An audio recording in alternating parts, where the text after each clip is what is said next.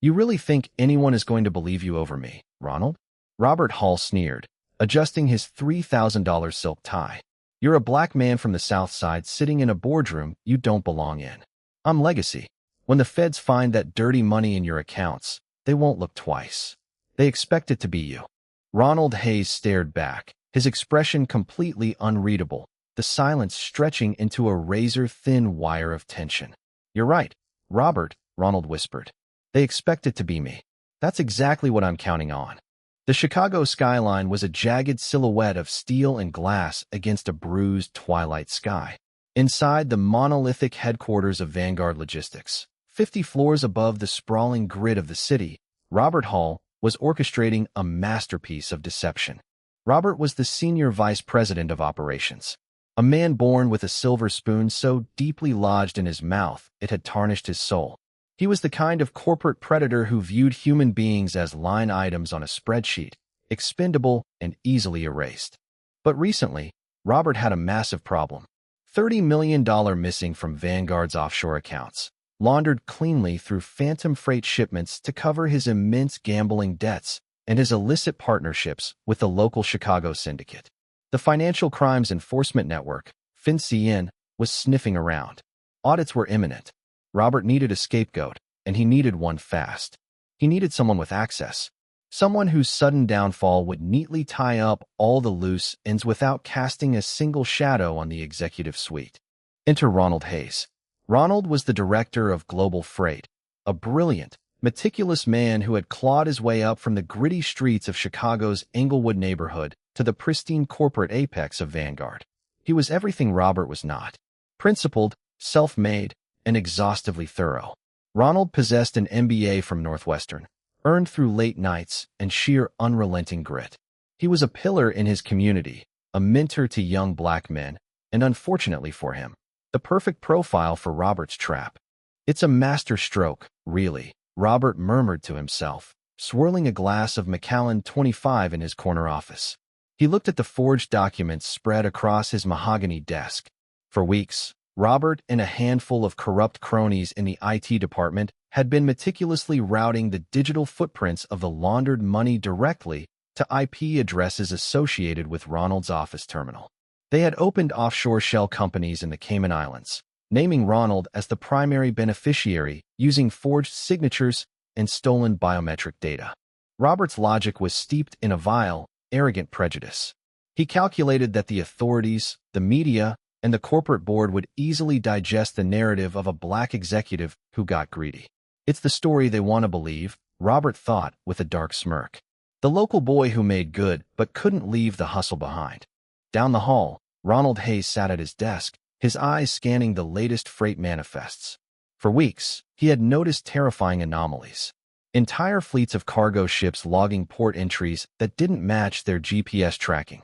Millions of dollars allocated to holding companies that simply didn't exist. When he first brought the discrepancies to Robert's attention, the senior VP had brushed it off as a software glitch. But Ronald was no fool. He had dug deeper, quietly downloading the encrypted ledgers onto a secure drive. Ronald knew he was standing on a landmine. He just didn't realize how close Robert's finger was to the detonator. That Friday evening, Robert initiated the final phase of his plan. He anonymously leaked the forged financial dossier to a contact at the district attorney's office, a prosecutor known for prioritizing swift, high-profile convictions over actual justice. The dossier painted Ronald as the architect of the largest corporate embezzlement scheme in Vanguard's history. It included doctored emails, fabricated offshore wire transfers, and a fake paper trail linking Ronald to the criminal underworld. As Ronald packed up his briefcase that night, completely unaware of the digital guillotine suspended above his neck, Robert watched him leave from the glass reflections of his office window. Robert picked up his cell phone, dialing a burner number. "It's done," Robert said, his voice a low, venomous hum. "The file is with the DA. They're going to raid his house on Monday morning. Make sure the extra evidence is planted in his study before they breach the door." "Understood, Mr. Hall," a gruff voice replied. Robert hung up, a wide predatory smile stretching across his face. He felt invincible. He had built an airtight cage around Ronald Hayes, locking him in a narrative from which he could never escape. He was framing the exact wrong man, assuming Ronald was just a helpless pawn on a chessboard. What Robert Hall failed to realize, however, was that the game wasn't chess. It was a snare, and Robert had just eagerly stepped both feet into the center of it. Monday morning arrived with the violent, shattering sound of splintering wood. It was 5:15 a.m. in the quiet, affluent suburb of Oak Park. Ronald Hayes was in his kitchen pouring his first cup of coffee when the front door of his home was violently battered off its hinges. The tranquil silence of the morning was instantly shredded by the terrifying screams of heavily armed tactical officers flooding into his hallway. "Police, get on the ground, face down. Do it now." Red laser sights danced erratically across the walls, cutting through the early morning shadows. Boots stomped onto the hardwood floors. Ronald barely had time to process the chaos before a heavy hand grabbed him by the shoulder, spinning him around and slamming him forcefully onto the kitchen tiles. The hot breath of an officer was in his ear, screaming commands. His wife, Sarah, shrieked from the top of the stairs, utterly terrified as two officers rushed upward, their weapons drawn. "I'm on the ground. I'm not resisting," Ronald shouted, his cheek pressed agonizingly against the cold floor. The metallic snap of handcuffs biting into his wrists echoed in the kitchen. Within minutes, his beautiful home was turned into a war zone. Dozens of officers from the Chicago Police Department's Financial Crimes Task Force, accompanied by investigators from the DA's office, began tearing the house apart. Books were swept off shelves, upholstery was slashed, and computers were ripped from their sockets. Detective Miller, a seasoned cop with a cynical sneer, walked into the kitchen, looking down at Ronald with barely concealed disgust. "Ronald Hayes, you're under arrest for grand larceny, corporate embezzlement, and money laundering. You have the right to remain silent, which I highly suggest you do, because you are looking at 20 to life, pal." "On whose authority?" Ronald demanded, keeping his voice remarkably level despite the adrenaline surging through his veins. "I haven't stolen a dime." "Save it for the judge," Miller scoffed. 2 hours later, the local news networks were already swarming the property. As Ronald was marched out of his front door, his head pushed down by officers, the flashbulbs of cameras erupted like a localized lightning storm. The cheering on the morning news broadcasts read, "Vanguard executive arrested in $30 million embezzlement scandal from his lavish penthouse in downtown Chicago." Robert Hall watched the live broadcast on his 80-inch television. He took a slow, satisfying sip of his espresso. The performance of the police was exactly as he had orchestrated. The media was already convicting Ronald in the court of public opinion, showing file footage of Ronald walking into the corporate office juxtaposed with the flashing lights of police cruisers. But the real magic trick was happening back in Ronald's home office. While the chaotic raid was taking place, a dirty cop on Robert's payroll had slipped into Ronald's study. Unseen by the other officers, he pulled a small black ledger and a burner phone from his tactical vest, shoving them deep into the bottom drawer of Ronald's filing cabinet. 10 minutes later, another investigator miraculously found them. "Got something here?" the investigator yelled, pulling out the ledger. The ledger contained handwritten codes and account numbers corresponding to the missing Vanguard funds. The burner phone was preloaded with encrypted text messages discussing money drops and wire transfers, all allegedly sent by Ronald. It was the final nail in the coffin, the undeniable physical proof that would turn a circumstantial case into a slam dunk. Ronald was tossed into the back of an armored police transport. As the doors slammed shut, plunging him into darkness, the facade of terror he had been wearing for the benefit of the cameras slowly began to fade. The panicked, desperate executive vanished, replaced by a man radiating a cold, calculating calm. He leaned back against the steel bench of the transport van, his manacled hands resting in his lap. He closed his eyes and let out a slow, controlled breath. The hardest part of the operation was over. He had successfully taken the bait. He had let them destroy his home, terrify his wife, and drag his name through the mud on national television. It was an agonizing sacrifice, a brutal toll on his family and his pride. But as the police van rumbled toward the Cook County Jail, Ronald knew something that Robert Hall, the district attorney, and the dirty cops did not. He knew that the black ledger and the burner phone were currently being logged into an evidence room where every camera had been secretly replaced 48 hours ago. He knew that the arresting officers were already being tracked because Ronald Hayes wasn't just a corporate executive. For the past 6 months, he had been a sworn, deeply undercover confidential informant for the FBI's Public Corruption Unit, and the trap was set. The interrogation room at the precinct was a claustrophobic box reeking of stale sweat and cheap floor wax. Ronald sat at the bolted steel table, his posture perfect, his expression an impenetrable mask. For 3 hours, Assistant District Attorney Wallace and Detective Miller had been hammering him, throwing the forged documents and pictures of the planted ledger onto the table. "It's over, Hayes," Wallace sneered, leaning over the table. "We have the offshore account numbers. We have the burner phone. We have a mountain of digital evidence linking your terminal to the missing funds. Your boss, Robert Hall, is fully cooperating with us. He's sickened by your betrayal. Give us the cartel connections. Plead guilty. And maybe I'll ask the judge to let you see sunlight before you're 80. Ronald looked at the fabricated evidence. The forgery was incredible. If he didn't know the truth, he would have believed he was guilty himself. "I want my lawyer," Ronald said calmly. Wallace laughed. "Your lawyer is going to tell you to take a plea. You're done." 10 minutes later, the heavy metal door swung open. A tall, sharp-featured man in a tailored charcoal suit walked in, carrying a leather briefcase. He didn't look like a standard public defender. He exuded an aura of absolute, terrifying authority. "I am Marcus Vance," the man said, his voice a low, commanding baritone. "I am Mr. Hayes's legal counsel. Gentlemen, you are to leave this room immediately. This interview is concluded."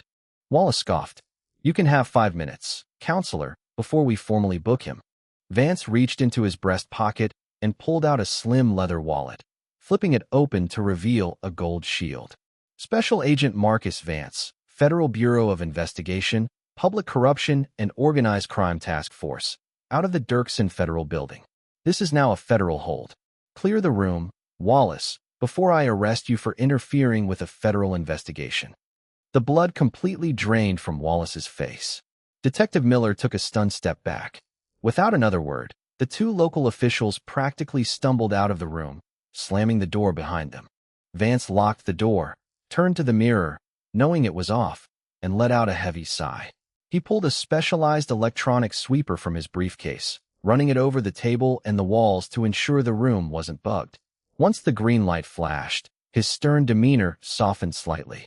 He walked over and unlocked Ronald's handcuffs. "Are you okay, Ronald?" Vance asked, sitting across from him. Ronald rubbed his raw wrists, a tired but fierce look in his eyes. "They terrified Sarah. They tore my house down to the studs. Tell me we have him, Marcus. Tell me this wasn't for nothing." Vance opened his briefcase and pulled out a thick, classified dossier, stamped with the seal of the Department of Justice, Operation Glass House. "We have everything," Vance said, a predatory smile touching his lips. "Robert Hall took the bait, hook, line, and sinker. When you came to us 6 months ago with those encrypted ledgers, we knew Hall was laundering money, but we couldn't prove he was doing it intentionally without catching him in the act of a cover-up. We needed him to actively orchestrate a crime on record. And framing me was that crime," Ronald said grimly. "Exactly," Vance nodded.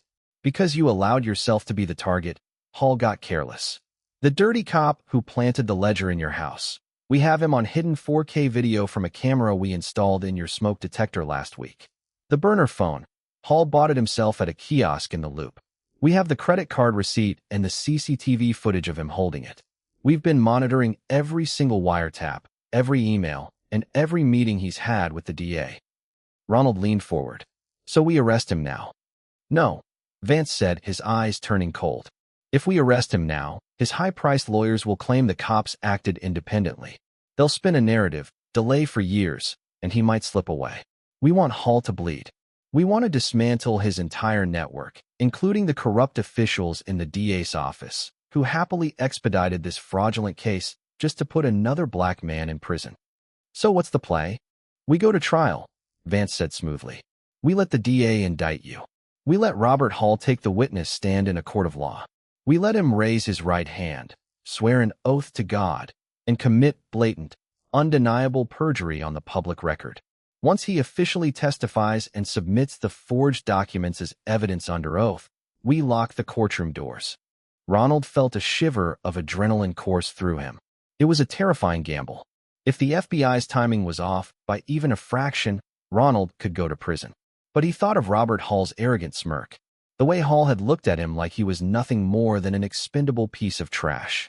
He thought of the decades of systemic corruption that allowed men like Hall to ruin lives without a second thought. "Okay," Ronald said, his voice hardening into steel. "Let's give him a show. Let's let Robert Hall dig his own grave, and I'll hand him the shovel."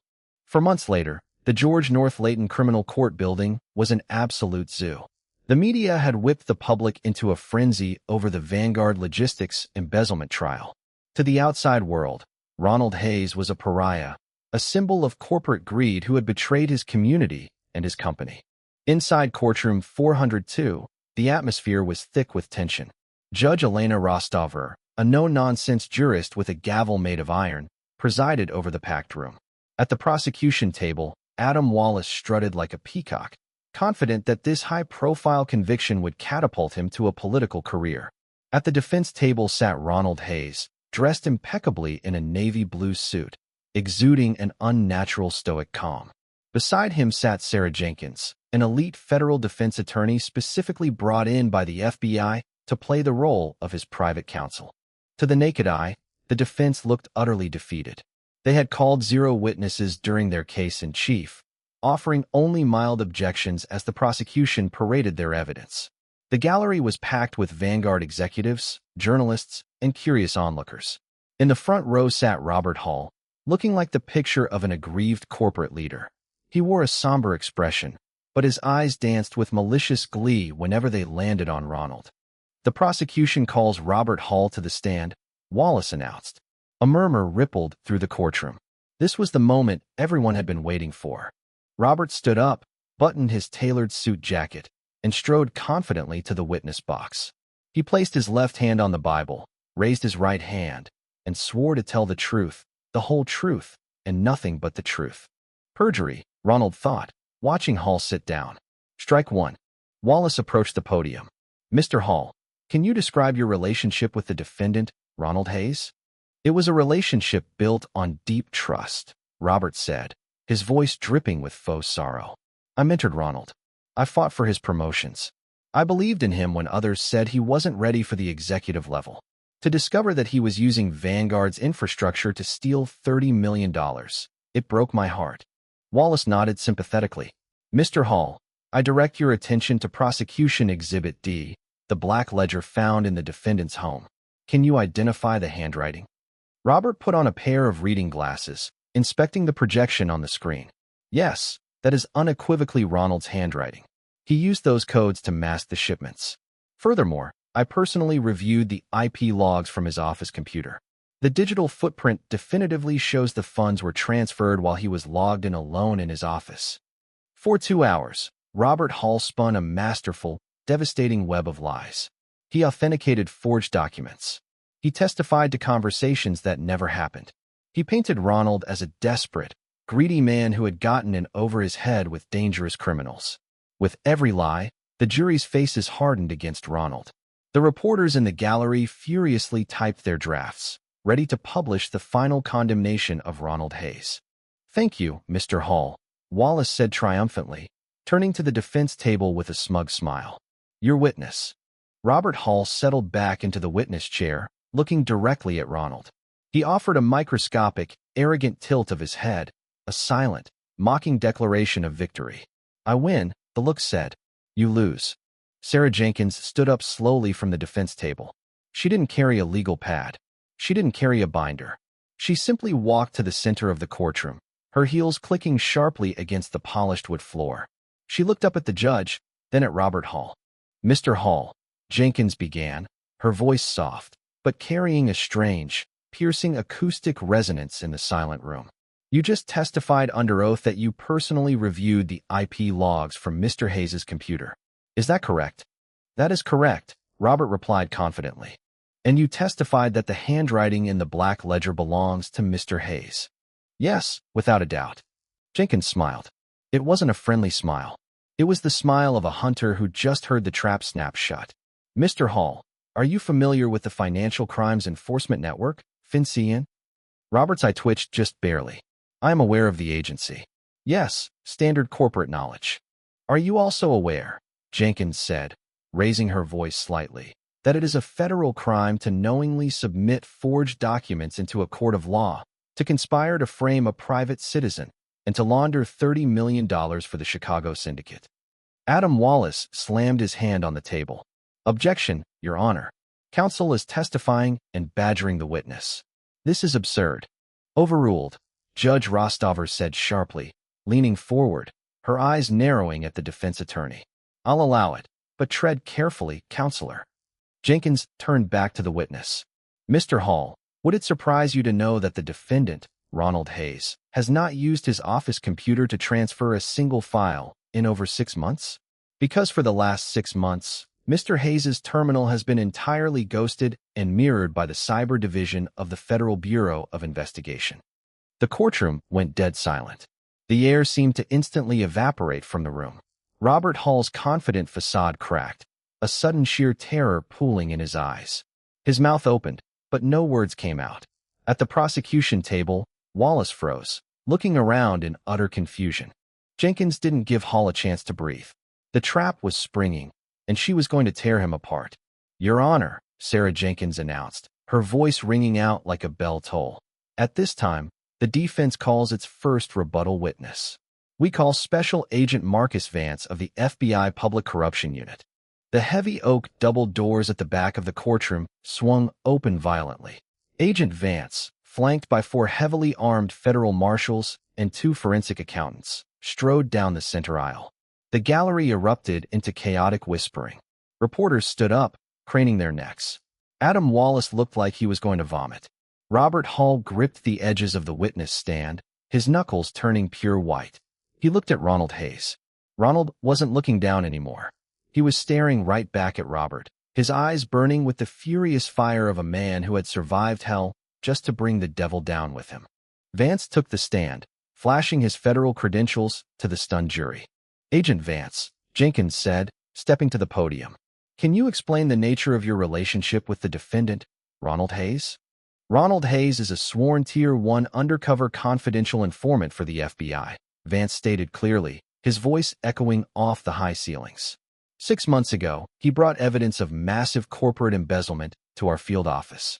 Working under our direct supervision, Mr. Hayes deliberately allowed himself to be the target of a framing conspiracy orchestrated by the man sitting at the defense table, Robert Hall. Objection. This is a fabrication, Wallace screamed, his career flashing before his eyes. Sit down, Mr. Wallace, Judge Rostover roared, banging her gavel so hard the wood chipped. I want to hear every word of this. Proceed, Agent Vance. Jenkins turned on the courtroom projector. Instead of the prosecution's forged documents, a high-definition video filled the screen. It was a feed from a hidden camera, the angle looking down from a ceiling smoke detector. The video clearly showed Detective Miller, the lead investigator who arrested Ronald, sneaking into Ronald's study, pulling the black ledger out of his vest and shoving it into the filing cabinet. The timestamp proved it was precisely 10 minutes before the official search team found it. The jury gasped. Several jurors covered their mouths in shock. Agent Vance, what are we watching? Jenkins asked. You are watching a corrupt Chicago police officer, currently on the payroll of Robert Hall, planting fabricated evidence in my informant's home, Vance testified coldly. And the burner phone? Jenkins pressed. The screen flipped to CCTV footage from a downtown electronics kiosk. The video clearly showed Robert Hall handing a clerk a stack of cash in exchange for the exact burner phone entered into evidence. We have the serial numbers matching the device purchased by Mr. Hall on camera to the device found in Mr. Hayes' home, Vance confirmed. Robert Hall was visibly shaking now. Sweat poured down his forehead, ruining his expensive collar. He looked at the gallery, desperately seeking an exit, but federal marshals had already quietly moved to block every door in the courtroom. Finally, Agent Vance, Jenkins said, pulling out a small USB drive. Can you tell the court about the $30 million? We tracked the IP addresses used to move the money, Vance explained, turning to the jury. While the logs were spoofed to look like they came from Mr. Hayes' terminal, our cyber team traced the origin ping. The transfers were executed from a private encrypted laptop located in the penthouse apartment of Robert Hall. Furthermore, we executed a covert, FISA-authorized wiretap on Mr. Hall's cell phone. Jenkins clicked a button on her remote. An audio recording began to play through the courtroom speakers. It was Robert Hall's voice, crisp and arrogant, recorded just hours before Ronald's arrest. "It's done. The file is with the DA. They're going to raid his house on Monday morning. Make sure the extra evidence is planted in his study before they breach the door. It's the perfect setup. They'll see a black guy with sudden money and stop asking questions. He's taking the fall for all of it." The recording clicked off. The silence that followed was apocalyptic. The jury stared at Robert Hall with absolute, unadulterated revulsion. The racism, the corruption, the sheer malevolence of his actions were laid bare for the entire world to see. Robert was completely destroyed. The narrative he had so carefully crafted had turned into a steel trap, and it had snapped directly on his neck. "Your Honor," Jenkins said, turning to the bench, "the defense moves for an immediate dismissal of all charges against Ronald Hayes, with extreme prejudice. And we ask the court to hold the witness, Robert Hall, for federal authorities." Judge Rostover looked at Robert Hall, her eyes ablaze with judicial fury. "Mr. Hall, you have made a mockery of this court. You have weaponized the justice system to destroy an innocent man's life." She slammed her gavel. "Case dismissed. All charges against Ronald Hayes are dropped." Before the gallery could even cheer, Agent Vance stood up from the witness stand, pulled a pair of heavy steel handcuffs from his belt, and walked directly toward Robert Hall. "Robert Hall," Agent Vance boomed, his voice cutting through the rising chaos of the courtroom. "You are under arrest by the Federal Bureau of Investigation for perjury, obstruction of justice, evidence tampering, wire fraud, and racketeering. Put your hands behind your back." Robert Hall stumbled backward out of the witness box, his legs giving out. "This is a mistake. You can't do this. Do you know who I am? Do you know who my family is?" "I don't care if you're the King of England," Vance said, grabbing Hall by the shoulder, spinning him around violently, and slamming him face first onto the wooden railing of the witness box. The distinct sharp click-clack of the handcuffs locking around Hall's wrists sounded like a cannon shot in the room. Adam Wallace was slumped in his chair, head in his hands, knowing his career was entirely over, and a federal indictment of his own was likely arriving by the afternoon.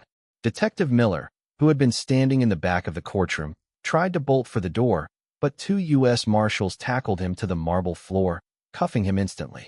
The courtroom erupted. The media practically trampled each other trying to get out the doors to broadcast the most insane legal twist in Chicago history. The very man paraded as the star witness and grieving victim had just been arrested on the stand, exposed as the mastermind of the entire criminal enterprise. Ronald Hayes remained seated at the defense table. He didn't cheer. He didn't smile. He simply let out a long, shuddering breath, feeling the crushing weight of the last 6 months finally lift off his shoulders. The sleepless nights, the terror in his wife's eyes, the public humiliation. It was over. He had walked through the fire, and he had burned his enemies to the ground. Sarah Jenkins placed a gentle hand on his shoulder. "You did it, Ronald. You held the line." Ronald stood up, buttoning his jacket. He walked past the prosecution table, stepping right into the path of Robert Hall. As Agent Vance was dragging the disgraced executive toward the side exit, Robert looked up at Ronald.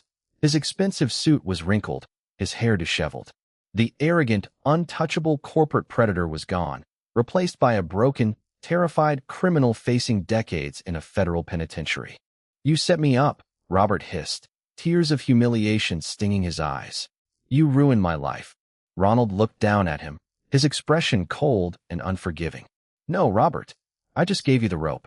You tied the noose and jumped all by yourself. You thought my life was expendable. You thought my skin color made me the perfect target. You were wrong." Ronald leaned in closer, his voice dropping to a whisper meant only for Hall. "Enjoy federal prison. I hear they don't care about legacy in there." Vance yanked Hall forward, dragging the weeping, broken man out of the courtroom. The perp walk that Hall had designed for Ronald was now his own reality. As Hall was dragged out into the courthouse hallway, the very same flashbulbs and cameras that had demonized Ronald now assaulted Hall, broadcasting his utter destruction to the world. Within 48 hours, the hammer of hard karma struck with merciless precision. Vanguard Logistics Board of Directors fired Hall immediately, stripping him of his stock options and pensions. The federal government seized all of his assets, his penthouse, his cars, and his offshore accounts, under the RICO Act. His wife filed for divorce, taking whatever legal scraps were left. The Chicago syndicate, furious that Hall had exposed their money laundering network, put a bounty on his head, forcing the Bureau of Prisons to place Hall in permanent, agonizing solitary confinement for his own protection. Ronald Hayes, however, walked out of the Dirksen Federal Building 2 days later, his arm around his wife Sarah. The sun was shining over the Chicago skyline. Vanguard Logistics, in a desperate attempt to salvage their public image and avoid federal scrutiny, offered Ronald the position of CEO, along with a massive settlement for his suffering. Ronald accepted. He took the corner office that once belonged to Robert Hall, but he didn't sit down and pour a glass of scotch. He immediately initiated a total overhaul of the company, implementing strict transparency protocols and funding a massive scholarship program for underprivileged kids from the South Side. They had tried to bury the wrong black man, but they didn't realize that Ronald Hayes was a seed, and from the dirt they threw on him, he grew into an unstoppable force.